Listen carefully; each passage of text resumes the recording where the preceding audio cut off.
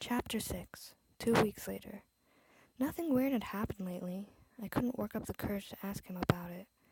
Despite Jack and I becoming quite acquainted lately, I just couldn't do it. I was laying in my bed watching his Happy Wheels playlist when my stomach started growling like a wild animal. Ugh, I sighed deeply.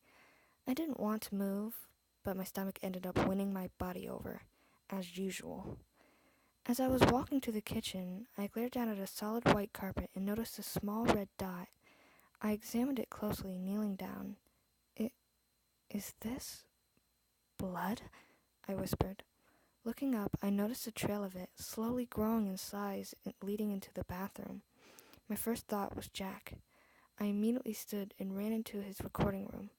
I frantically looked around and saw nothing but a tiny notebook and a vial of green liquid.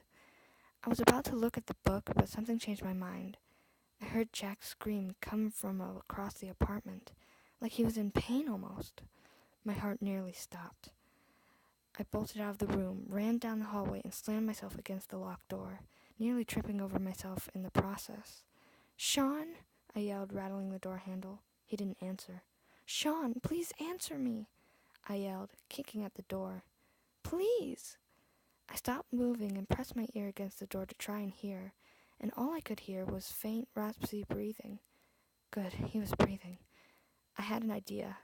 Reaching up into my hair, I yanked out a bobby pin, and a chunk of hair along with it, then started picking the door lock. I fumbled with it for a good minute, then finally heard the click. I pulled the door open and ran into the bathroom. Jack was laying shirtless in the bathtub with a gash across his chest. His eyes were closed. There wasn't too much blood, thankfully, but wow, it was a bit traumatizing. "Sean," I whimpered, leaning down to him and lifting him into my arms.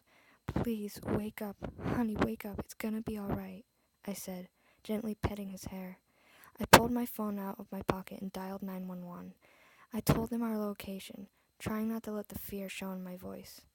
I hung up and slid my phone back into my pocket. "Sean, please wake up," I begged, holding him close to me. My hands were stained in blood. He slowly opened his now grayish-blue eyes. They were puffy and restless looking. His face reflected a weak and frightened tone, and his skin was even more pale than usual. "Sean?" I said, with a glimmer of hope in my cracking voice. "Max," he stuttered, shifting himself. What's happening?"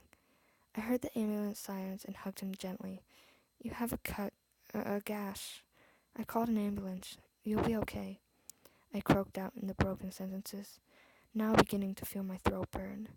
He closed his eyes and tilted his head back. He smiled, but only slightly.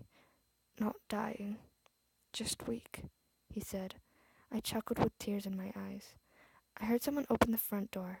I yelled, "Over here, in the bathroom!" Jack cringed.